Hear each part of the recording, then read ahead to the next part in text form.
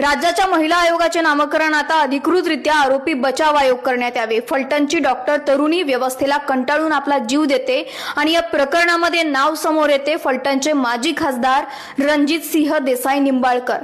आणि या प्रकरणात महिला आयोग आरोपींना घेरण्याऐवजी मृत तरुणीचं चरित्रहनन करण्यात व्यस्त आहे। डॉक्टर संपदा मुंडेंनी केलेली आत्महत्या नसून त्यांचा व्यवस्थेने केलेला खून आहे असा आरोप होत आहे। त्या फलटणच्या उपजिल्हा रुग्णालयामध्ये डॉक्टर होत्या, पण पोलिसांकडून आरोपींचे फिटनेस सर्टिफिकेटसाठी त्यांना फिट किंवा अनफिट हे त्यांच्या मर्जीनुसार देण्यासाठी दबाव येत होता। त्याविरोधात त्यांनी आवाज देखील उठवला होता। त्यांनी वरिष्ठांकडे 3दा तक्रार केली, पण उलट त्यांच्यावर चौकशी बसवण्यात आली होती। आणि या प्रकरणात सर्वात जास्त लाजेची बाब म्हणजे महाराष्ट्राचा महिला आयोग, ज्यांचं काम आहे महिलांच्या अधिकारांचे रक्षण करणे, महिलांचे रक्षण करणे, त्याच आयोगाच्या अध्यक्षा प्रेस कॉन्फरन्स घेऊन मृत पीडित तरुणीचे चरित्रहनन करते।